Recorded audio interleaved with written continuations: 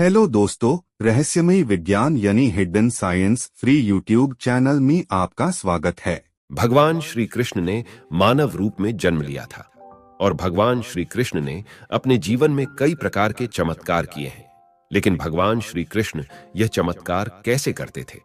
क्योंकि भगवान श्री कृष्ण ने चेतना के सर्वोच्च शिखर यानी 16वें स्तर को प्राप्त कर लिया था।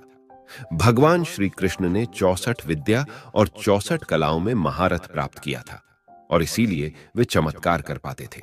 हम भी चमत्कार कर सकते हैं यदि हमें इन कलाओं का ज्ञान प्राप्त हो जाए। तो आइए जानते हैं कि यह 14 विद्या और 16 कलाएं कौन सी है। तो मित्रों, विद्या और कला में अंतर होता है। विद्या दो प्रकार की होती है, पराविद्या और अपराविद्या। इसी के अंतर्गत कई प्रकार की विद्याएं होती हैं। इसी तरह कलाएं भी दो प्रकार की होती है, पहली सांसारिक कलाएं और दूसरी आध्यात्मिक कलाएं। सबसे पहले हम विद्याओं के बारे में जानते हैं। विद्याएं हिंदू धर्म ग्रंथों में दो तरह की विद्याओं का उल्लेख किया गया है। पहली है पराविद्या और दूसरी है अपराविद्या। इस पराविद्या को लौकिक और अपराविद्या को पारलौकिक विद्या कहा जाता है। दुनिया में ऐसे कई संत या तपस्वी हैं जो इन विद्याओं को किसी न किसी रूप में जानते हैं। वे इन विद्याओं के बल पर ही भूत भविष्य का वर्णन कर देते हैं और इसके बल पर ही वे चमत्कार करने की शक्ति भी प्राप्त कर लेते हैं। शिक्षा, कल्प, व्याकरण, निरुक्त, छंद, नक्षत्र, वास्तु, आयुर्वेद, वेद, कर्मकांड, ज्योतिष, सामुद्रिक शास्त्र, हस्तरेखा, धनुर्विद्या आदि यह सभी पराविद्याएं हैं। लेकिन प्राण विद्या, त्राटक, सम्मोहन, जादू, टोना, स्तंभन, इंद्रजाल, तंत्र, मंत्र, यंत्र, चौकी बांधना, गार गिराना, सूक्ष्म शरीर से बाहर निकलना, पूर्व जन्म का ज्ञान होना, अंतर्ध्यान होना, त्रिकालदर्शी बनना, मृत संजीवनी विद्या, पानी बताना, अष्ट सिद्धियां, नवनिधियां आदि अपरा विद्याएं हैं। लेकिन मूल रूप से 14 विद्याएं ही प्रमुख है। अब हम कलाओं के बारे में जानते हैं। कलाएं दो प्रकार की होती है, सांसारिक कलाएं और आध्यात्मिक कलाएं। सांसारिक कलाओं में मार्शल आर्ट, भाषा, लेखन, नाट्य, गीत, संगीत, नौटंकी, तमाशा, वास्तुशास्त्र, स्थापत्य कला, चित्रकला, मूर्तिकला, पाक कला, साहित्य, बेल बूटे बनाना, नृत्य, कपड़े और गहने बनाना, सुगंधित वस्तुएं, इत्र तेल बनाना, नगर निर्माण, सुई का काम, बढ़ई की कारीगरी, पीने और खाने के पदार्थ बनाना, पाक कला, सोने, चांदी, हीरे, पन्ने आदि रत्नों की परीक्षा करना, तोता मैना आदि की बोलियां बोलना इत्यादि सांसारिक कलाएं हैं। शास्त्रों में 64 प्रकार की कलाएं बताई गई हैं। आध्यात्मिक कलाएं मूल रूप से 16 हैं। उपनिषदों के अनुसार 16 कलाओं से युक्त व्यक्ति ईश्वर तुल्य होता है, या कहें कि स्वयं ईश्वर ही होता है। 16 कलाएं दरअसल बोध प्राप्त आत्मा की भिन्न भिन्न स्थितियां हैं। बोध अर्थात चेतना, आत्मज्ञान या जागरण की अवस्था या होश का स्तर। जैसे प्राणी के अंतर में जो चेतन शक्ति है या प्रभु का तेजांश है, उसी को कला कहते हैं। कला इस बात पर निर्भर करती है कि आपकी चेतना कितनी जागृत है। जिस प्राणी में जितनी चेतना शक्ति अभिव्यक्त हो रही है, उतनी ही उसकी कलाएं मानी जाती हैं। इसी से जड़ चेतन का भेद होता है। जिस प्रकार से प्रतिपदा के दिन चंद्र की कला में कम प्रकाश होता है और जैसे जैसे चंद्र की कला बढ़ती जाती है, वैसे वैसे उसका प्रकाश भी बढ़ता जाता है और पूर्णिमा के दिन चंद्र पूर्ण रूप से चमक उठता है। इसी प्रकार से आत्मा दिव्य और अलौकिक बनती जाती है। आत्मा की कम जागृति को पहली कला, और जब आत्मा अपनी जागृति के चरम पर होती है तो उसे 16वीं कला माना जाता है और 16वीं कला प्राप्त व्यक्ति ईश्वर तुल्य बन जाता है। अब यह 16 कलाएं कौन सी है, इसकी जानकारी प्राप्त करते हैं। प्रश्नोपनिषद में महर्षि पीपलाद हमें इन 16 कलाओं की जानकारी देते हैं। सबसे पहली कला है नाम। जब आत्मा ने अपने आप को अभिव्यक्त किया और इस जगत और ब्रह्मांड की रचना हुई, तो सभी तत्वों और पदार्थों को एक नाम मिला और नाम के साथ रूप और गुण भी जुड़े हुए होते हैं। हम किसी भी व्यक्ति, वस्तु या पदार्थ को नाम, रूप या गुण से जानते और पहचानते हैं। यह आत्मा की सबसे पहली जागृति है। जब व्यक्ति इस जगत में आता है तो उसे विविध रूप दिखाई देते हैं। विविध गुणों की अनुभूति होती है, जैसे कि ठंडी, गर्मी, पीड़ा, आनंद इत्यादि, और उसको विविध नाम सुनाई देते हैं। पत्थर, पेड़ पौधे, रमेश, सुरेश। बस यही आत्मा की पहली जागृति या पहली कला है। इसके अंतर्गत सभी नामधारी, गुणधारी और रूपधारी जड़ और चेतन पदार्थ का समावेश होता है। दूसरी कला है लोक। अब जब व्यक्ति जन्म लेकर इस दुनिया में आता है और थोड़ा बड़ा होता है तो वह अपने मोहल्ले, गांव, शहर, राज्य, देश और दुनिया की जानकारी प्राप्त करता है। एक प्राणी भी बड़ा होता है तो अपने इलाके की जानकारी प्राप्त करता है। आत्मा की जागृति का स्तर अब नाम, रूप और गुण से बढ़कर लोक तक विस्तृत हुआ, यानी कि वह दुनिया की जानकारी प्राप्त करने लगा। अब तक उसे यह ज्ञान नहीं हुआ है कि वह कौन है और कहां से आया है और क्यों आया है। आत्मा की इतनी जागृति को दूसरी कला कहते हैं, जिसके अंतर्गत छोटे बच्चे, मनुष्य, प्राणी, पक्षी इत्यादि का समावेश होता है। तीसरी कला है कर्म। अब व्यक्ति संसार में आने के बाद अपना कर्म शुरू कर देता है। खाना, पीना, सो जाना, मैथुन करना, बच्चे पैदा करना, लड़ना झगड़ना, प्यार करना। अब आत्मा की जागृति बढ़कर तीसरे स्टेज पर पहुंच चुकी है और इसे आत्मा की तीसरी कला कहते हैं। इस संसार में जन्म लिए हुए व्यक्ति को बस इतना ही ज्ञान है या जागृति है कि मेरा जन्म खाने, पीने, सोने और बच्चे पैदा करने के लिए हुआ है। चौथी कला का नाम है मंत्र। अब व्यक्ति कर्म तो करता है, लेकिन उसे यह ज्ञान भी होने लगा है कि कौन सा कर्म सही है और कौन सा कर्म गलत है। उसे दूसरों को दुख नहीं पहुंचाना चाहिए, उसे दूसरों के हक का खाना नहीं खा जाना चाहिए। मैं सबके साथ मिलजुल कर रहूंगा, मैं दुखी लोगों की मदद करूंगा। जब व्यक्ति के ऐसे आदर्श बनने लगते हैं तब उसे मंत्र कहते हैं। आपने कई लोगों को कहते सुना होगा कि यह मेरा जीवन मंत्र है।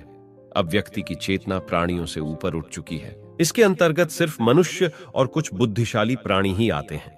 यह आत्मा का चौथा स्टेज या चौथी कला है, जहां उसे ज्ञान या जागृति होने लगती है कि क्या अच्छा है, क्या बुरा है, क्या सही है, क्या गलत है। और इसी सोच को निर्देशित करने वाली दृष्टि को, आदर्श वाक्य को मंत्र कला कहा जाता है।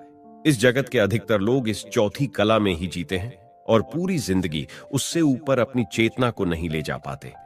अब पांचवी कला है तप। अब जब व्यक्ति कहता है कि मैं दूसरे के हक का खाना नहीं खाऊंगा, तो उसे भोजन का त्याग करना होगा और कुछ दिन भूखे भी रहना हो सकता है। जब व्यक्ति कहता है कि मैं दूसरों को सुख पहुंचाऊंगा, तो उसे अपने सुख का त्याग करना होगा। जब व्यक्ति कहता है कि मैं सबसे मिलजुल कर रहूंगा, तो उसे अपने क्रोध और हिंसा का त्याग करना होगा, और इसी त्याग को तप कहा गया है। अब व्यक्ति की आत्मा इतनी जागृत हो गई है कि वह जगत के दूसरे पदार्थ, वस्तुओं और व्यक्तियों के लिए तप कर सके। अब वह किसी को दुखी नहीं देख सकता, अब वह किसी के साथ हो रहे अन्याय को नहीं देख सकता, और इसीलिए दूसरों को सुख पहुंचाने के लिए अपनी बाह्य और आंतरिक चीजों का त्याग करता है। उसी को पांचवी कला तप कला कहा गया है। छठी कला का नाम है वीर्य, यानी ऊर्जा या शक्ति। अब व्यक्ति को लौकिक और अलौकिक शक्तियों का ज्ञान होने लगता है। जैसे कि वह मिलजुल कर रहने लगा तो उसे सामूहिक शक्ति का ज्ञान हुआ। उसने कानून तोड़े तो कानून की शक्ति का ज्ञान हुआ। इस राजा से लेकर देश और दुनिया की शक्ति का ज्ञान हुआ। उसे शारीरिक और मानसिक शक्तियों का ज्ञान होने लगा। इस त्याग, तपस्या और साधना की शक्तियों का ज्ञान होने लगा, और उसे आध्यात्मिक शक्तियों का ज्ञान होने लगा। और इस शक्तियों का ज्ञान होने से वह चेतना के छठे स्तर यानी 6 कलाओं वाला बन जाता है। सातवीं कला है अन्नम। जगत का कोई भी प्राणी प्रमुख 3 कार्य करता है। पहला है खाना खाना, दूसरा है मैथुन करना और तीसरा है सो जाना। सरवाइव करने के लिए अन्न और जल उसकी सबसे पहली प्राथमिकता है, और उसी को प्राप्त करने के लिए वह सारी जिंदगी संघर्ष करता रहता है और खाने के कई विकल्प पैदा करता है। जो आत्मा जागृत नहीं है वह सिर्फ खाने के लिए ही जीवन जीती है, और कई लोग तो सिर्फ स्वाद के लिए ही खाना खाते हैं। उनके लिए खाना जीवन टिकाए रखने के लिए नहीं, लेकिन स्वाद प्राप्त करने के लिए है। लेकिन जब आप आत्मा की 7वीं कला प्राप्त करते हैं तो आपको स्वयं ही पता चलने लगता है कि कौन सा खाना आपके लिए उचित है और कौन सा खाना आपको नहीं खाना चाहिए। आपको ज्ञान होने लगता है कि आप खाना क्यों खा रहे हैं। आपको किसी से पूछने नहीं जाना पड़ता कि आप उपवास में क्या खाएं और क्या न खाएं। इसका आपको स्वयं ही ज्ञान होने लगता है। आपको मांसाहार करना चाहिए या नहीं करना चाहिए, आपको फलाहार करना चाहिए, अन्नाहार करना चाहिए या उपवास करना चाहिए, इस बात को आप स्वयं ही जान लेते हैं। अब खाना आप सिर्फ स्वाद के लिए ही नहीं खा रहे होते हैं। यदि आपको 5 पकवान मिले हैं तो भी आप ज्यादा खुश नहीं हो जाते, और यदि आपको सूखी रोटी भी खाने को मिली है तो भी आप दुखी नहीं हो जाते, क्योंकि आप चेतना के आत्मा के छठे स्तर पर पहुंच चुके हैं। आत्मा की सातवीं कला का नाम है मन। कई साधक और तपस्वी इस सातवीं कला तक पहुंच जाते हैं। यहां पर पहुंचकर आपको मन का ज्ञान होने लगता है। आपको मन और आत्मा में क्या अंतर है यह दिखाई देने लगता है। आपको आत्मा के मनोमय कोश का ज्ञान होने लगता है। आपको मन के क्रियाकलापों, चंचलता और मन किस प्रकार से शांत और स्थिर हो सकता है इसका ज्ञान होने लगता है। आप जान जाते हो कि मन किस प्रकार से मुक्ति और बंधन का कारण है। आपका जो मन परिस्थितियों से, घटनाओं से, वस्तु, व्यक्ति और पदार्थ से दुखी, द्रवित और खुश हो जाता था, अब उसका पूरा कंट्रोल आपके हाथ में आ जाता है। जब व्यक्ति मन पर विजय प्राप्त कर लेता है तो वह 7 कलाओं वाला बन जाता है। आत्मा की 8वीं कला है इंद्रियां। अब आपने मन पर तो नियंत्रण प्राप्त किया है, लेकिन मन को चलाने वाला और मन को खींच के ले जाने वाली इंद्रियां हैं। इंद्रियां जहां जाएगी आपका मन भी वहां चला जाएगा। इसीलिए इंद्रियों पर नियंत्रण प्राप्त करना भी अत्यंत जरूरी है। पहली है स्वाद इंद्रिय, जो आपको विविध प्रकार के स्वादों की ओर आसक्त करेगी, आपको खींच कर ले जाएगी। लेकिन इस 8वें स्तर पर आ जाने पर आपके लिए स्वाद महत्वपूर्ण नहीं है। नेत्र इंद्रिय आपको बहुत सुंदर, बीभत्स, भयानक, हिंसात्मक, इरोटिक्स दृश्य के प्रति आसक्त करेगी, लेकिन इस कला के प्राप्त करने पर आपके लिए वैसे दृश्य कोई मायने नहीं रखेंगे।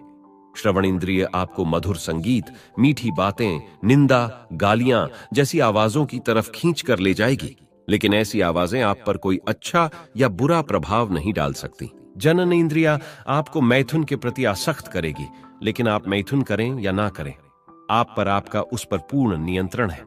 आपको पूर्ण जागृति होती है कि आपको मैथुन कब करना है और क्यों करना है, और कब नहीं करना है, और ब्रह्मचर्य का पालन करना है। इसी प्रकार सभी इंद्रियों पर आप नियंत्रण प्राप्त कर लेते हैं तो आप 8 कलाओं के स्वामी बन जाते हैं। और यहां तक कुछ सिद्ध योगी ही पहुंच सकते हैं जिन्होंने अपने मन और इंद्रियों पर पूर्ण नियंत्रण प्राप्त कर लिया है। 9वीं कला का नाम है पृथ्वी। मैं बड़ा हूं, मैं सुंदर हूं, मैं सबसे योग्य हूं, मैं सबसे ईमानदार हूं, सभी लोग मेरा बहुत आदर करते हैं, सभी मुझसे डरते हैं, सभी मुझे पसंद करते हैं, मेरी योग्यता के कारण लोग मुझसे ईर्ष्या करते हैं। ऐसे भावों से जब आप ऊपर उठ जाते हो, आपके अंदर से अहंकार नष्ट हो जाता है, तब आप पृथ्वी तत्व पर नियंत्रण प्राप्त कर देना शुरू करते हैं। आप जान जाते हो कि ना तो आप किसी से बेहतर हो और ना ही किसी से अलग हो और ना ही किसी से श्रेष्ठ हो, क्योंकि आपका निर्माण इस पृथ्वी तत्व के अणुओं से हुआ है, जिससे सारे ब्रह्मांड का भी निर्माण हुआ है। पृथ्वी तत्व के सक्रिय होने से अब आप में ठहराव आने लगता है, आपके विचारों में और आपके कार्यों में भी। और अब आपका मूलाधार चक्र सक्रिय होना शुरू हो जाता है। और जब पृथ्वी तत्व पर पूर्ण नियंत्रण प्राप्त हो जाता है तो आपको कई सिद्धियां मिलना शुरू हो जाती हैं। आपको अणिमा और लगिमा नाम की सिद्धियां प्राप्त होती है, यानी आप अपने शरीर को बड़ा या छोटा कर सकते हो। आप किसी भी पदार्थ को किसी अन्य पदार्थ में रूपांतरण कर सकते हो। आप शरीर पर पड़े जख्मों को ठीक कर सकते हो। आप किसी भी बीमारी को ठीक कर सकते हो। आप में हीलिंग पावर आ जाती है और इस प्रकार से आप 10 कलाओं के मालिक बन जाते हैं। 10वीं कला का नाम है जल। अब आपकी चेतना का स्तर इतना ऊपर उठ चुका है कि आप जल तत्व यानी कि जो विविध फोर्स यानी कि बल है, जैसे कि गुरुत्वाकर्षण बल, विद्युत चुंबकीय बल, पेशीय बल, यांत्रिक बल, घर्षण बल, इसका ज्ञान प्राप्त होने लगता है। और इसके लिए आपको कोई वैज्ञानिक होने की जरूरत नहीं है।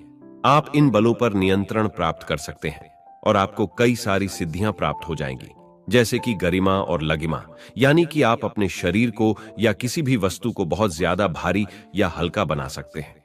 जिस प्रकार से नीम करोली बाबा ने ट्रेन को इतना भारी बना दिया कि वह 1 इंच भी आगे न बढ़ सकी, और भगवान श्री कृष्ण ने अपनी एक उंगली पर पूरे गोवर्धन पर्वत को उठा लिया, और भगवान हनुमान पूरे पर्वत को उठाकर लंका ले गए। आप में काबिलियत आ जाती है कि आप किसी भी चीज को आकर्षित कर सकते हैं, उसे अपने पास ला सकते हैं या दूर भेज सकते हैं। आप अपनी बुद्धि का निरीक्षण करने में और उसका सही उपयोग करने में सक्षम बन जाते हैं। 11वीं कला का नाम है अग्नि। अब आपकी तीसरी आंख यानी कि ज्ञान चक्षु खुल जाते हैं। आप किसी भी वस्तु में आग पैदा कर सकते हैं। आप ठंडी या गर्मी यानी कि तापमान पर नियंत्रण रख सकते हैं। आपका आभा मंडल यानी कि ओरा मंडल बहुत ज्यादा बड़ा होने लगेगा। अब आपको प्राप्ति नाम की सिद्धि प्राप्त हो जाती है, जिसके अंतर्गत आप किसी भी पशु पक्षी और जीव जंतु की भाषा को समझ सकते हैं। 12वीं कला का नाम है वायु। अब आपकी आत्मा इतनी ऊपर उठ चुकी है कि आप वायु तत्व पर नियंत्रण प्राप्त कर आकाश में उड़ सकते हैं और जमीन के अंदर भी जा सकते हैं, पानी के अंदर भी कई दिनों तक रह सकते हैं। इसी को प्राकाम्य सिद्धि कहते हैं, जो वायु तत्व पर नियंत्रण प्राप्त करने से मिलती है। 13वीं कला का नाम है आकाश। आकाश तत्व में पूर्ण नियंत्रण हो जाता है। कहा हुआ प्रत्येक शब्द सत्य होता है, समस्त पंचभूतों से एकरूपता हो जाती है और सब पर नियंत्रण हो जाता है। जड़ चेतन इच्छानुसार कार्य करते हैं। इन 13 कलाओं पर नियंत्रण प्राप्त करने के बाद मनुष्य भगवान बन जाता है। अब उसकी आत्मदृष्टि इतनी विकसित हो चुकी होती है कि वह कोई गलत कार्य कर ही नहीं सकता। उसका एकमात्र लक्ष्य ही बच जाता है और वह है जगत का कल्याण। सारे संकल्प विकल्प का अंत हो जाता है। 14वीं कला का नाम है श्रद्धा। अब व्यक्ति को उसे परम तत्व में अपार श्रद्धा या कहे कि विश्वास बन जाता है, या कहे कि वह परम सत्य बन जाता है। उसका समय पर नियंत्रण हो जाता है। देह वृद्धि रुक जाती है अथवा अपनी इच्छा से होती है। व्यक्ति सर्वव्यापी हो जाता है, एक साथ अनेक रूपों में प्रकट हो सकता है। वह पूर्णता अनुभव करता है। वह मृत्यु पर नियंत्रण प्राप्त कर लेता है और उसे इच्छा मृत्यु प्राप्त होती है। व्यक्ति हजारों वर्षों तक जीवित रह सकता है। 15वीं कला का नाम है प्राण। इस कला से युक्त पुरुष में व्यक्त अव्यक्त की सभी कलाएं होती हैं। यही दिव्यता है। व्यक्ति दिव्य प्रकाश रूप बन जाता है। ऐसा कुछ भी नहीं है जो व्यक्ति रूपी भगवान ना कर सके। यह बहुत ही उच्च कोटि की आत्मा की जागृति है। 16वीं कला का नाम है ईशत्व। इस कला को प्राप्त आत्मा कारण का भी कारण हो जाता है। यह अव्यक्त अवस्था है। अब व्यक्ति अपना स्वयं का लोक बना सकता है, ब्रह्मांड बना सकता है। वह व्यक्त भी हो सकता है और अव्यक्त भी बन सकता है। अब उसमें और परम तत्व में कोई अंतर नहीं रह जाता। तो मित्रों, आपने इस प्रस्तुति में आत्मा की 16 कलाओं के बारे में जाना, जिसे महर्षि पीपलाद ने हमें प्रश्नोपनिषद में बताया है, जो आत्मा की जागृति के अलग अलग स्तर है और आपकी चेतना का स्तर ऊपर उठे। इसी अभिलाषा के साथ मिलते हैं अगली प्रस्तुति में। धन्यवाद। प्लीज चैनल सब्सक्राइब कीजिए, बेल आइकन पर क्लिक कीजिए और वीडियो लाइक, कमेंट और शेयर कीजिए। धन्यवाद ये वीडियो देखने के लिए।